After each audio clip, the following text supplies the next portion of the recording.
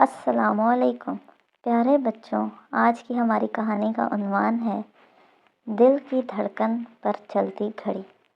شہر کے بیچوں بیچ ایک قدیم لیکن دلکش سی گلی تھی جس کے کونے پر ایک چھوٹی سی دکان ہوا کرتی تھی، وقت ساز عادیان۔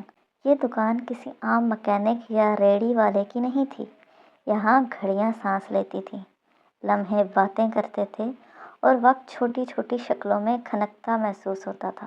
دکاندار ادھیڑ عمر کا آدمی تھا جس کی آنکھوں میں گہری خاموشی اور چہرے پر وہ سکون تھا جو صرف ان لوگوں کے پاس ہوتا ہے جنہوں نے زندگی کو سمجھ کر پڑھ لیا ہو۔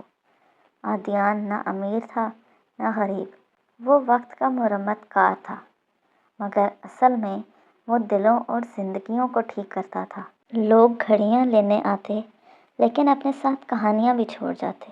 عادیان ٹوٹی گھڑی کے ساتھ ساتھ دل کی دراڑیں بھی جوڑ دیتا تھا۔ ایک روز صبح بارش ہلکی ہلکی برس رہی تھی۔ دکان کے دروازے پر ایک ننھے بچے کی آواز سنائی دی۔ اس بچے کے ہاتھ میں ایک پرانی سیاہ زنگ آلود گھڑی تھی جس پر 1911 کندہ تھا۔ وہ کھڑا کانپ رہا تھا، گویا اس گھڑی میں کوئی دنیا چھپی ہو۔ یہ میرے دادا ابو کی ہے، اس کی آواز نرم مگر تھکی ہوئی تھی۔ یہ چل ہی نہیں رہی، پتہ نہیں کیا ہو گیا ہے۔ عادیان نے گھڑی ہاتھ میں لی۔ گھڑی کچھ پل چلتی پھر بند ہو جاتی۔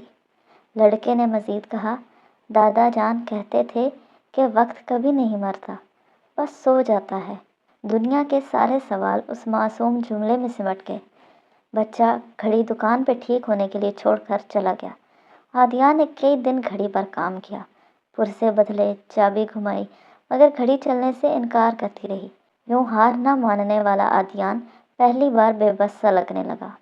اس رات وہ دکان میں اکیلا بیٹھا تھا، گھڑی کو دیکھتا رہا۔ بارش باہر تیز تھی اور اندر وقت شاید سو رہا تھا۔ اچانک عادیان کے ذہن میں خیال بجلی کی طرح کوندا کہ شاید مسئلہ گھڑی میں نہیں، شاید مسئلہ انسان میں ہے۔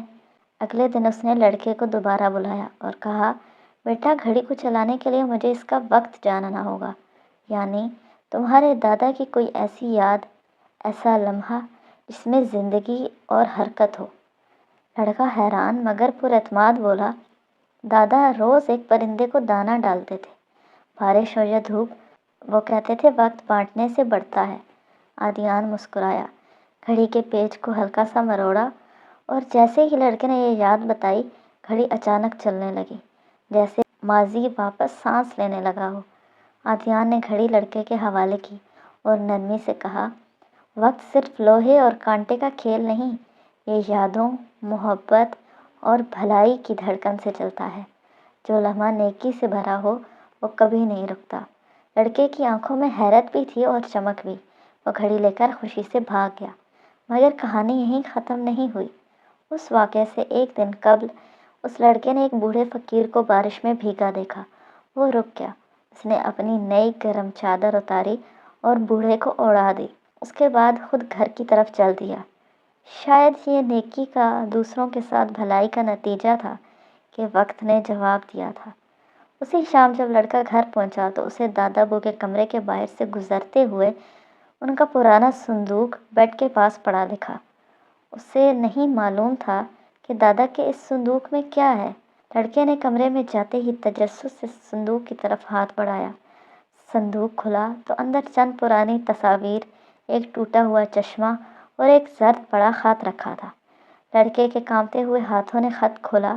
خط کے الفاظ کچھ یوں تھے، میرے بیٹے، جب کبھی میری گھڑی رک جائے، سمجھ لینا وقت تم سے کوئی بھلائی مانگ رہا ہے۔ وقت کو عزت دو، یادوں کو زندہ رکھو اور محبت بانٹتے رہو۔ آنکھوں سے آنسو تھے جو کاغذ پر گرتے جا رہے تھے۔ انہی نمی کے قطروں کے ساتھ گھڑی کی ٹک ٹک اور صاف ہونے لگی، جیسے ہر دھڑکن دادا کی آواز میں ڈھل گئی ہو۔ لڑکے نے محبت سے خط سینے سے لگا لیا۔ وقت ہمیشہ کی طرح محبت کے ساتھ آگے بڑھتا گیا۔ تو پیارے بچوں، آج ہم نے کیا سیکھا؟ آج ہم نے سیکھا کہ وقت صرف گزرنے کا نام نہیں بلکہ جینے اور بانٹنے کا نام ہے۔ نیکی کبھی پرانی نہیں ہوتی، وہ ماضی کو بھی زندہ کر دیتی ہے۔ جو اپنے وقت کو محبت سے بھرتا ہے اس کے لمحے مرنے کی بجائے ہمیشہ دھڑکتے رہتے ہیں۔ دلوں کو جوڑنا سب سے بڑی مرمت ہے۔ آج کے لیے اتنا ہی، کل ملیں گے ایک نئی کہانی کے ساتھ۔ تب تک کے لیے اللہ حافظ، فی امان اللہ۔